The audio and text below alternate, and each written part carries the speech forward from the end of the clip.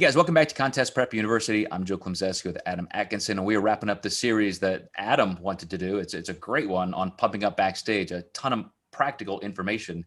And everything that we talked about so far, from what to even take to a contest for your own, self needs for pumping up, through how to execute that. We want to wrap up with a session just on the environment. So all the details that go into exactly how you can kind of create your own little space and your own, bubble for what you need. And I think, first of all, of temperature. So one of the things that you brought up at the beginning of this series, Adam. And I mean, gosh, of course, we all know you have to stay warm. You see people bringing their own heat lamps and so forth like that. If it's in the summer, oftentimes they'll find a way to get outside into the sun. So how do you manage that to make sure that you're as good as you can be? Yeah, one big thing I'll notice is clients sometimes get ready too early and they're out of their robe, they're out of their clothes, and they're just standing there in their heels, or men in just their trunks, and you can just see the goosebumps on them. Your body is using energy to create more heat now. If you do that long enough, you absolutely could go flat. It's a very environmental change.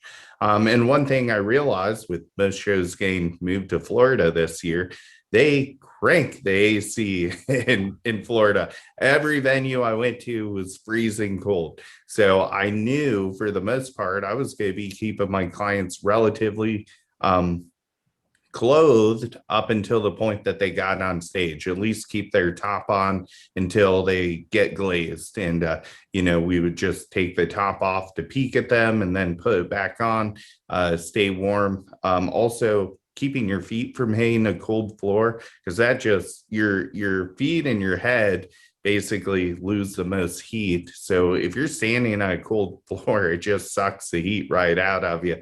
So really monitoring those variables is really important on show day, and especially when you're trying to pump up and get warm.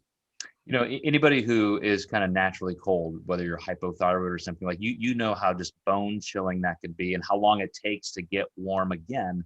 So you really have to pay attention to those early cues. And I've even had people take, those camping things that you kind of break open, and they're like, if you put them in your gloves or your boots and you can stay warm, putting those in their shoes, the bottom of their feet. I've had people, this is it makes so much sense, but very few people do it. Like just a big thermos of hot liquid, whether it's, coffee or tea or just water with a little, lemon or stevia or something, like just to be ingesting a hot liquid can keep you so incredibly warm. You're drinking water anyway.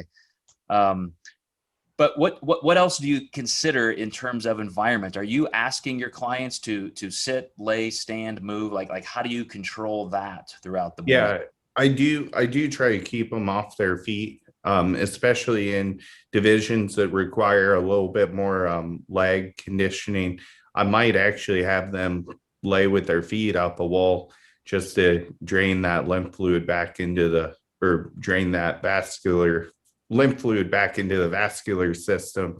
I see a touch more sharpness when my people do that. And if you do want sharp legs, I think it's a must. I think that's something very important to do. But you want to make sure they're not laying on a freezing cold floor too. So make sure they're clothed. In my peak week packet, I have items to bring, and it's very extensive, but I think a blanket is super important so you can lay on it. Like you said, the hot hands are great to keep in your pocket. A lot of my guys will wear them in their socks right up until the stage. I have a guy, I would have to pick up his socks every time backstage just to make sure he had them when they got back. And it's just funny because someone asked, well, what's in the socks? I said hot hands to keep his body warm. And you're not really judged on vascularity, but that vascularity can give you almost like those tattoos that make you look bigger. So if you are freaky vascular, it can definitely, help your placing to some degree. Not that you're specifically judged on it, but it does help with the overall look and freakiness in bodybuilding.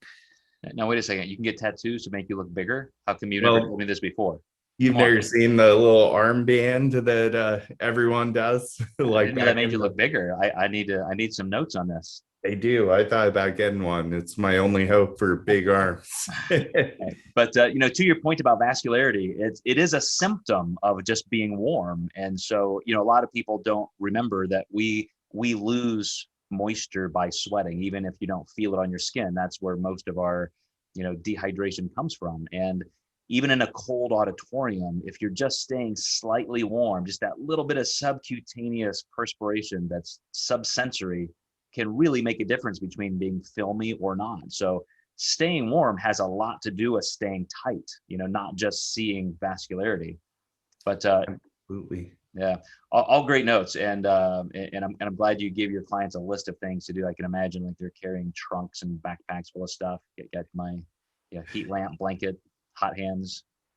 I have a client who I think does bring absolutely everything from that list. So we have it if they need it.